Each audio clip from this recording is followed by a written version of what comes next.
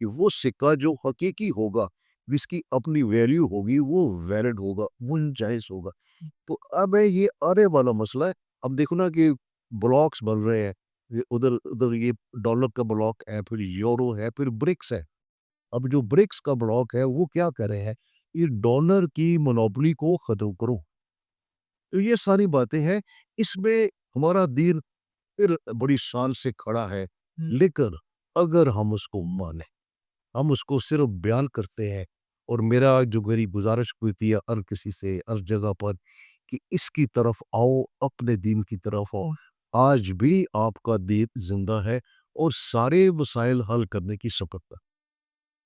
لیکن اصلاح مجھے جواب سوال ابھی میرا وہی تھا دوبارہ پھر یہ کرپٹو کے بارے میں آپ ذاتی طور پہ اس کو کیسے دیکھتے کرپٹو کے بارے میں یہ ہوگا کہ جو اسلام کا واضح فیصلہ ہے کہ جو چیز حقیقت میں آپ کی ملکیت نہیں ہے، جو چیز ایگزسٹ نہیں کرتی، وہ جائز نہیں ہے۔ دیکھو نا، جو آپ دیکھیں نا کہ جو چیز آپ کی ہے ہی نہیں، physical position Yes. Is must physical position is must, اور ہے کہ آپ کی اپنی ہو، اور پھر دوسرا جو ایک سسٹم ہے، یہ جو سکہ ہے وہ حکومت وقت جاری کرتی، اور یہ جو اس کی بیٹ کائل کی جو کہانی ہے اتنی عجیب و غریب ہے۔ وہ کہتے ہیں کوئی جاپانی تھا، وہ پتہ نہیں تھا کہ نہیں تھا، وہ افسانوی ہے۔ اچھا، پھر ہے کہ جی 21 بلین بٹ کوائنز پوری دنیا کی منی سپلائی ہوگی۔ اب میں نے کام کیا اسٹیٹ بینک میں، مانیٹری پالیسی بنائی ہے، I understand what is money supply. کہ اس دنیا، ساری دنیا کی منی سپلائی 21 ملین یعنی کہ ہوگی یہ بٹ کوائن، اور کہتے ہیں شاید 19.5 ملین جو بٹ کوائنس ہیں منٹ ہو چکے۔ What is this? مائن ہو چکے ہیں۔ ہاں، وہ مائن ہو چکے ہیں۔ مطلب یہ تو ایک ایسا کھیل ہے، اس قدر پر اسرار۔ اب دیکھیں اسٹاک مارکیٹ میں کیا ہوتا ہے، پہلے اسٹاک مارکیٹ چلاتے ہیں۔ مجھے بہت سے لوگوں نے کہا، مجھے صاحب آپ یہ ساری باتیں کرتے ہیں، آپ بٹ کوائن میں کام کریں، میں کرنے، میں کہا میں اس کو جائز ہی نہیں مانتا کہ جو چیز میری ہے ہی نہیں، کیونکہ سکہ کیا ہوتا ہے، اس کو حکومت وقت جاری کرتی ہے، وہ میں ارن کرتا ہوں، پھر میری ملکیت بنتا ہے۔ آج کے دور میں کیا ہے، اسٹیٹ سینٹرل بینک پاکستان میں، اسٹیٹ بینک آف پاکستان، ابھی تک اسٹیٹ بینک بھی چپ ہے۔ وہ چپ ہے کیونکہ گورنمنٹ تو کہتی ہے بٹ کوائن کو جاری کرے، فلان کرے، اسٹیٹ بینک تو جانتا ہے، کیونکہ سینٹرل بینک نوٹ دینا، میری جیب میں نوٹ ہے، آپ کی جیب میں نوٹ ہے، وہ واشنگ مشین میں دھل گیا، آئی گو ٹو اسٹیٹ بینک، یہ نوٹ تھا، آپ نے ایشو کیا تھا، اسٹیٹ بینک لکھتا ہے کہ آئی ول پے آن ڈیمانڈ۔ ہم یہ ایسا کو مطالبہ برداشت یس، حوالے ہاتھ۔ اب ہے کہ نا یہ سب جانتے ہیں، لیکن سچی بات ہے کہ یہ جو ہے نا دولت، ویلتھ کوئی پابندی قبول نہیں کرتی۔ جو کہتے ہیں کہ منی نوز نو فرنٹیئرس۔ اب جو انتہائی امیر لوگ ہیں، ڈیجیٹل ایج آ گیا، ہر چیز آسان ہو گئی، وہ پابندیاں نہیں چکتے منی پر، جو سینٹرل بینک کی پابندی ہے، اور ہے کہ کوئی بنا لے، آپ بنا لیں، میں بنا لوں، اگر میرے پاس وہ فارمولاز ہیں، وہ کمپیوٹرز ہیں، وہ الیکٹریسٹی ہے، مائننگ کیپیسٹی ہے۔ مائننگ کیپیسٹی، تو یہ ایک ایسا ایک سوال ہے جس کا حل جو مجھے اس میں جو ایک چیز ہرٹ کرتی ہے وہ یہ ہے کہ اس میں آپ کی کوئی فزیکل ایکٹیویٹی انوالو نہیں ہے، کوئی بات نہیں ہے۔ آپ کوئی ارن نہیں کر رہے کوئی چیز، بس اسپیکولیشنز میں ہی آپ ارے پھر دوسری بات ہے، آپ کا سسٹم ہے کچھ، آپ کی جو ساری اونرشپ ہے دیٹ از ڈیجیٹل۔ ہوتے ہیں لوگوں کے ساتھ فراڈ۔ وہاں بھی دیکھنا کہ ہاں جب ہے کہ جو سائبر وار کی باتیں ہم کرتے ہیں، یہ سائبر وار کا حصہ ہے، اس سائبر وار کا حصہ ہے کہ ادھر سے جنگ بھی لڑنی ہے اور منی میٹرز کو بھی کنٹرول کرنا ہے۔ آپ نے بڑی مشکل سے بٹ کوائن دے کے رکھے ہوئے ہیں، کہاں رکھے ہوئے ہیں؟ آپ کی جیب میں تو نہیں ہے، کل آپ کا سسٹم ہیک ہو جائے، بلینک ہو جائے آپ کی سکرین، تو آپ کیا کریں گے؟ آپ یہ کہنا چاہ رہے ہیں کہ سینٹرل بینک کافی نہیں تھے کنٹرول کرنے کے لیے، اب اس کو مزید اس کو تنگ کیا جا رہا ہے کہ سینٹرل بینک کو چھوڑو، اب اور بھی ایسا سسٹم لے آتے ہیں جس سے اچھی طرح کنٹرول جو ہے نا وہ اور اس کا ایک بڑا ڈیزاسٹرس ہوگا جو پہل کر گیا۔ دیکھو نا آج کل پر جو باتیں ہو رہی ہیں، جو پہل کر گیا، یعنی پاکستان وار کو لیا، اللہ کا شکر ہے اس نے پاکستان کو کامیابی دی، پاکستان نے جنگ جیت لی۔ سائبر وار جو ہے، آنے والی واریں، سائبر وار ہو، منی وار ہو، وہ اس پہ ٹائم نہیں لگنا کیونکہ ڈیجیٹل ہونے ہے. تو وہ ہے کہ یہ دو اس کو تو سنبھال کے رکھنا چاہیے منی میٹرز کو جو ہم اتنا زیادہ یوز کر رہے ہیں اے آئی کا اور آئی ٹی کا. آئی ٹی کیا ہے جو چیر کے لے جائے. ہم میڈیا سے پھر اسی دور میں واپس آ رہے ہیں کہ ایک ڈاکو ہے، ایک بدماش ہے، طاقتور ہے، وہ طاقت سے چیزیں چھین لیتا ہے. ہم پھر ادھر ہی جا رہے ہیں. تو آپ اگینسٹ ہے یہ میں اس کے انوویشن میں اس کے اگینسٹ ہوں. آئی ٹی انوویشن کا اگینسٹ نہیں ہے. نہیں آئی ٹی کے دیکھیے آئی ٹی ٹیکنالوجی تو ادھر پارٹ آف وہ تو آئی ٹی تو ٹیکنالوجی ہے لیکن ہمیں آئی ٹی کا وہ یوز کرے جو فائدہ مند ہو. اب دیکھو نا آئی ٹی نے باہر کیا کر دیا، سوشل لائف بھی ڈسٹرب کر دی.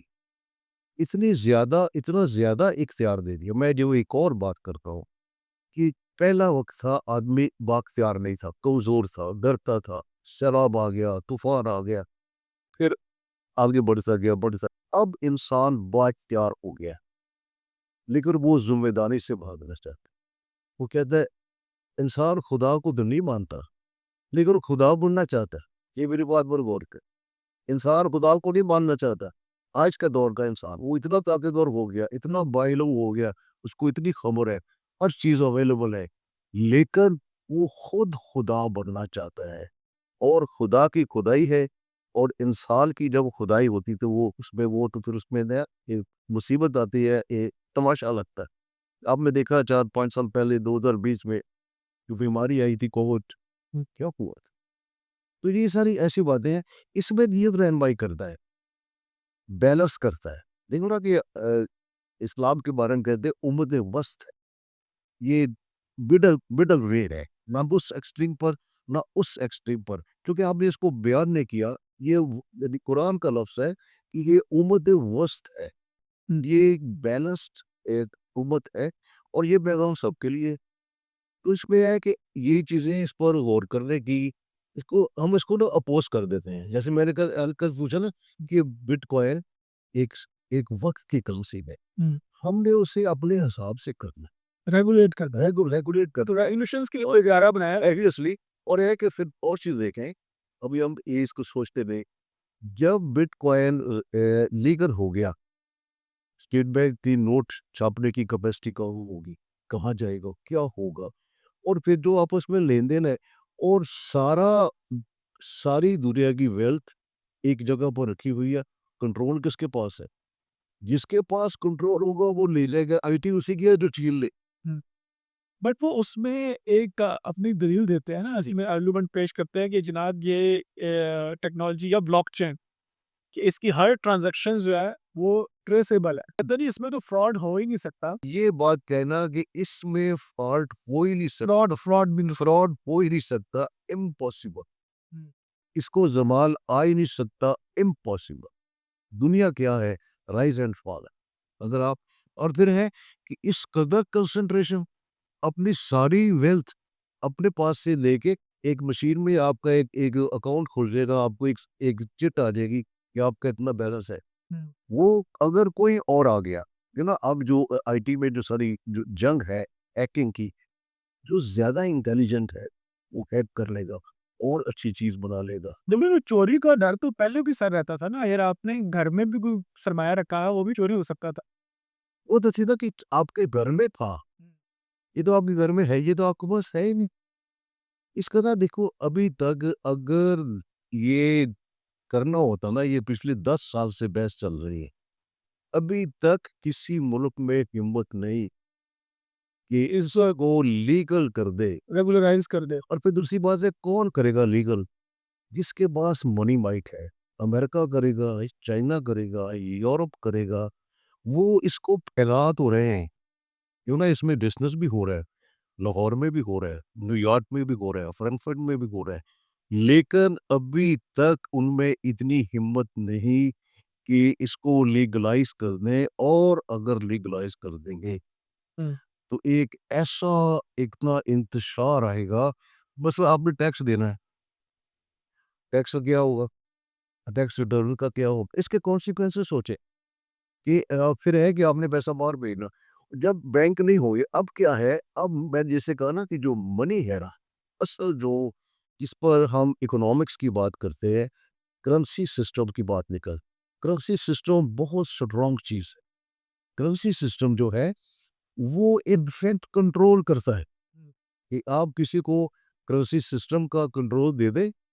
اور یہ وہ کوٹیشن ہے کہ کسی نے کہا تھا کہ you give me currency system of your area of your country, I don't need authorities, I will get those. Money میں طاقت ہے, منی میں پاور ہے, وہ اپنے راستے خود نکال لیتی ہے. اور جب منی سود پر ہے, دیکھیے میں نے آپ پہلے بھی عرض کیا تھا کہ پابندی قرآن نے لگائی کہ صرف بے کا کاروبار کرنا ہے, سود کا کاروبار نہیں کرنا. اب یہ ساری چیزیں اس کے اقسامیں ہیں, اس کے آف شوٹس ہیں. سود پر کام کیا, پھر اور چیزیں آ گئیں جو کہ میرا یہ سبجیکٹ ہے. میری جو یہ بک ہے اس میں 5 چیپٹر ہے فائنانس پر. تو یہ ساری باتیں ابھی تک کوئی فیصلہ نہیں کر سکا, تیاریاں ہو رہی ہیں. اچھا سر, دو ایک اکانومی کے ماڈلز جو ہے نا, ایک ریئل اکانومی ہوتی ہے, ایک فائنینشیل جی, سیکٹر, فائنینشیل دو سیکٹر کی اکانومی تو دو سیکٹر. لیکن جو ابھی دیکھ رہے ہیں ہم, جو ایک ٹرینڈ ہے وہ یہ ہے کہ فائنینشیل سیکٹر میں بہت زیادہ گروتھ ہے. اس کی کیا وجہ ہے؟ دیکھیے آپ کا جو سوال ہے یہ پیور اکنامکس کا سوال ہے. اکانومی کیا ہے, اس کے دو سیکٹر ہیں. ریئل سیکٹر, ریئل سیکٹر کیا ہے؟ وہ لوگ, وہ کسان جو کھیت میں فصلیں اگا رہے ہیں, وہ مزدور جو فیکٹری میں کام کر رہے ہیں, وہ لوگ جو ٹیچنگ میں کام کر رہے ہیں, وہ ہیلتھ میں کر رہے ہیں. یہ ریئل ہے, اصلی ہے. اس لیے اس کے بعد دوسرا ہے فائنینشیل سیکٹر. اچھا, اس میں کیا ہے؟ وہ ادارے جو پیسے کو خرید رہے ہیں اور پیسے کو بیچ رہے ہیں, وہ فائنینشیل سیکٹر. اچھا, پیسے کو سود پر خرید رہے, یا آپ نے میرا ٹاپک چھیڑ دیا. یس, I know کہ اب دیکھیں نا کہ وہ کہ ریئل سیکٹر میں کیا ہے, کوئی گندم اگا رہا ہے, کوئی کپاس اگا رہا ہے, کوئی اے سی بنا رہا ہے, کوئی گاڑیاں بنا رہا ہے. ریئل اکانومی ہو رہی ہے وہ آخر میں اچھا ان کی جو ساری پروڈکٹس ہیں وہ ڈیفرنٹ ہے, اور اس سے اکانومی چل رہی ہے. ادھر فائنینشیل سیکٹر ہے. فائنینشیل سیکٹر کیا ہے کہ ادارے ہیں. اچھا, کمرشل بینک ہے, اسلامی بینک ہے, سودی بینک ہے, اسٹیٹ بینک ہے, این بی ایف آئیز ہے, financial market, insurance company, stock exchange, ان کی پروڈکٹ ایک ہے, منی. اب آپ دیکھیں, اچھا پروڈکٹ ایک, اچھا ایک ہی خریدتے ہیں, پیسہ خریدتے ہیں سود پر, اور پیسہ سود پر بیچتے. جب آپ دیکھیے یہ چیز ہے, کیونکہ جب سورہ بقرہ کی آیت آئی تھی نا, جس میں اللہ نے فرمایا کہ سود کو دیکھیے. اچھا دیکھیے, پہلے قرآن نے بے کی بات کی ہے, بے کو حلال کیا, سود کو حرام کیا. بے ریئل سیکٹر ہے, بے ریئل سیکٹر ہے, سود فائنینشیل سیکٹر ہے. اور مزے کی بات ہے, 1500 سال تک پوری دنیا میں بینک نہیں تھے, نہ مشرق میں نہ مغرب میں. اور یہ 16ویں صدی کے بعد بینکوں کا آغاز ہوا. 1500 سال تک جو اکانومی تھی اس کا ایک ہی سیکٹر تھا, ریئل سیکٹر. کوئی بینک نہیں, کوئی مانیٹری پالیسی نہیں, صرف فسکل پالیسی تھی جو کنٹرول کرتی تھی. اب کیا ہو گیا؟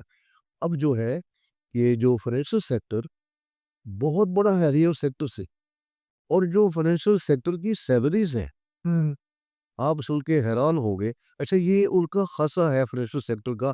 سیلری کتنی ہوگی؟ $20 ملین سال کی, $10 بلین. اور یہ پاکستان میں بھی ہے. پاکستان میں چونکہ بینکر ہوں, پاکستان میں جو ہمارے سارے بینکس ہیں, جو ان کے پریزیڈنٹ ہیں, اس کی سیلری آپ کو اندازہ ہے کتنی ہوگی؟ نہیں, آپ بتائیں. سب سے زیادہ سیلری میزان بینک کے پریزیڈنٹ کی ہے, 3 کروڑ روپے ماہانہ. یہ جو ہمارے فائنانس منسٹر ہے, یہ حبیب بینک کے پریزیڈنٹ تھے, 2.5 کروڑ روپے ماہانہ. کوئی بھی چیف ایگزیکٹو کسی کمرشل بینک کا 2 کروڑ ماہانہ سے کم نہیں ہوتا. یہ ہے فائنینشیل سیکٹر. اور آپ اور ایک اور بات ایڈ کروں, ہم کہتے ہیں جی ڈی پی, ملک میں ترقی کیسی ہوتی ہے, ہم جی ڈی پی کو کیلکولیٹ کرتے ہیں کہ بھئی جی ڈی پی کیا ہے, ایک ملک ایک سال میں ایک ملک میں کتنی گوڈس اور سروسز پیدا ہوئی. فائنینشیل سیکٹر کا جی ڈی پی میں ڈائریکٹ کوئی رول نہیں. بھئی جی ڈی پی تو ہوگی جب ہماری گرو ہوگی, جب ہماری ریئل ماس ہوگی. تو یہ ایسی چیزیں ہیں. اور یہی منوپلی ہے. اب فائنینشیل سیکٹر کا جو ہے نا، جو اس کی فخر یا پیشکش بٹ کوائن ہوں کرنسی منی، سارا کھیل وہی پر ہے، اسی میں چل رہا ہے، اور ساری دنیا اس کا شکار ہے. اس کی بولو اینڈ وہی ہے کہ جو ویلتھ ہے وہ پھر وہ 1% اور 99% یہ بات وہ کہ ویلتھ ساری جو 60-70% ہے 1% کے پاس، اور باقی جو بیچارے غریب ہے وہ غریب سے غریب تر وہ تو غلام بنا کے رکھنا ہے اس سسٹم نے کسی طریقے سے. تو یہ سارا سسٹم ہے، اور یہ پوری دنیا میں رائج ہے. ہم پاکستان کو الزام دیں، یہ ساری دنیا کا سسٹم ویلتھ اکومولیشن. اچھا سر، یہ تو ہم نے بات کر لی اب 2 منٹس کی جی گلوبلی. اب انڈیویجول لیول پہ میں نے کوئی کاروبار کرنا ہے، کسی کے ساتھ شراکت داری کرنی ہے، یا میں ادر ٹرو سینس آف مزاربہ کو ایکسپلور کرنا چاہوں، جو آپ نے جس طرح مینشن کیا ہوا ہے، وہ میں اگر اپنے کسی بھائی سے، کسی دوست سے کوئی بزنس کرنا چاہتا ہوں یا اس کی ہیلپ کرنا چاہتا ہوں کہ اس کے پاس یہ اسکل ہے، یہ آئیڈیا اچھا ہے، میں اس کو پیسے دوں، اس کے بارے میں اسلام کا جو ٹرو مداربہ سینس ہے نا بینکاری، وہ مجھے بتائیں کہ وہ کیا ہے. وہ یہ تھا کہ اسلام کے ظہور سے پہلے ہی مداربہ رائج تھا. اور ایک اور بات ہے کہ جو عرب کی اکنامکس ہے نا، عرب کی اپنے اکنامکس تھی 1400 سال پہلے بھی. اور مکہ میں تو جو ہر بندہ تھا وہ تاجر تھا، بزنس مین تھا، اور وہ گلوبل بزنس مین تھا، یہ لوکل نہیں تھا. مکہ میں تو کوئی ایگریکلچر ہے ہی نہیں، سارے پہاڑ ہیں، جو بنجر زمینیں ہیں. تو حالات کی وجہ سے تو مکہ کے جو لوگ تھے وہ تاجر تھے، گلوبل ٹریڈر تھے، اور وہ باہر جاتے تھے، اور ان کے پاس نا بہت سے طریقے تھے. اچھا، ایک طریقہ مداربہ تھا. اچھا، مزے کی بات ہے، مداربہ صرف مکہ اور مدینہ یا طائف میں تھا، عرب میں تھا. پوری دنیا مداربہ سے نا واقف تھی. مداربہ کیا ہے؟ اور مداربہ یہ ہے، ایک تو ہے کہ میرے پاس پیسے ہیں، آپ کے پاس پیسے ہیں، ہم دونوں مل کے کاروبار کریں. اب ایک نوجوان لڑکا ہے، وہ چاہتا ہے کام کرنا. ایک لڑکا یونیورسٹی، آج کے دور میں یونیورسٹی سے فارغ ہوا ہے، وہ چاہتا ہے بزنس کرنا، اس کے پاس پیسے نہیں. تو مداربہ یہ تھا کہ جس کے پاس پیسے نہیں ہیں وہ اپنی محنت، اور جس کے پاس پیسے ہیں وہ اپنا سرمایہ ملا کے ایک بزنس کریں گے. میرے پیسے، میں اس عمر میں ہوں، ایک نوجوان لڑکا ہے، محنتی ہے، ایماندار ہے، میں نے اسے پیسے دیے، میرا مال لے جاؤ اور بزنس کرو اور پروفٹ شیئر کر لیں گے. اس میں ایک خاص چیز تھی، اگر نقصان ہو جائے تو وہ سرمایہ دینے والے. اب آپ دیکھیں نا کہ یہ پوائنٹ پروفٹ میں کیا ہے کہ شیئر کر لے کہ ٹھیک ہے، پروفٹ ہو گیا، ٹھیک ہے، دونوں پارٹیاں. اور پروفٹ میں دین کا کیا کہتا ہے کہ جیسے آپ ایگری کر لیں، میں اور آپ مداربہ کرتے ہیں، 50-50 کر لیں، 60-40 کر لیں، 40-60 کر لیں، یہ ہماری اپنی مرضی. لیکن اگر لاس ہوگا تو وہ سرمایہ دینے والا برداشت کرے گا، کیونکہ جو دوسرا بندہ ہے جسے مدارب کہتے ہیں، اس کے پاس تو پہلے سرمایہ نہیں. پہلے ہی سرمایہ نہیں. تو یہ ایسا طریقہ تھا عرب کا، جس کی وجہ سے عرب کی ساری آبادی تجارت میں حصہ لیتی تھی. اور جب حضرت عمر کے دور میں جو تاجر اسپین سے، اٹلی سے، فرانس سے آئے، وہ حیران ہو گئے. اس نے کہا ہمیں جس کا پتہ نہیں، انہوں نے اپنا لیا. میں یہ بھی آئیڈیا پروموٹ کرتا ہوں کہ آج جو ہمارے نوجوان ہیں، ان کو بزنس میں لانے کے لیے، نوجوان کی بے روزگاری کو ختم کرنے کے لیے، میں نے ایک اپنا مضمون بھی لکھ کے بھیجا ہے، وہ انشاءاللہ اگلے مہینے چھپ جائے گا، کہ ایک کمپلیٹ موڈ ہے. اور پھر اس میں بزنس مین آ جائے گا، سچا تاجر. سچا تاجر، دیکھیے ساری مدینہ اکنامکس جو ہے وہ سچے تاجر کے ارد گرد گھومتی ہے. کہ جناب ہمارے نوجوان ہے، اب میں پڑھاتا ہوں یونیورسٹی میں، میں دیکھ رہا ہوں بچے بچیاں پڑھ رہے ہیں، 2 سال بعد کہاں جائیں گے، کسی کو جاب ملیں گی. میں یہ کہہ رہا ہوں یونیورسٹی میں مداربہ پڑھایا جائے. جو میری باتیں وہی ہے نا کہ مدینہ اکنامکس جب پڑھائے گے تو مداربہ آ جائے گا، ٹیکسیشن سسٹم آ جائے گا، عشر اور زکوٰۃ آ جائے گا. اور پھر کیسے پڑھایا جائے؟ اب یونیورسٹی تو لاسٹ نہیں برداشت کرے گی. جو بزنس مین ہے وہ فنڈس دے، اور وہ دیتے ہیں CSR. اب جانتے ہیں نا، کارپوریٹ سوشل رسپانسبلٹی، بڑا خرچہ کرتے. آپ یونیورسٹی سے کہیں کہ مداربہ قائم کرو، اور بچے بچیوں کو بزنس ان کی ایجوکیشن کا حصہ ہو. دیکھیے باتیں بہت ہیں. ایک بار جو عباسی خلیفہ نے پوچھا تھا امام ابو خلیفہ رحمۃ اللہ علیہ سے کہ مدرسہ کی تعلیم کیسی ہونی چاہیے. اس وقت مدرسہ ہی تھا نا. انہوں نے کہا کہ مدرسہ کی تعلیم میں دین بھی ہو ہنر بھی ہو. دین بھی ہو ہنر ادھر بھی اب ایکسرسائز بدل ہے کہ دین بھی ہو اسکل بھی ہو. اگر تعلیم میں اسکل ہوگا تو یہ اسکل بیچیں گے, اگر اسکل نہیں ہوگا تو یہ دین بیچیں گے.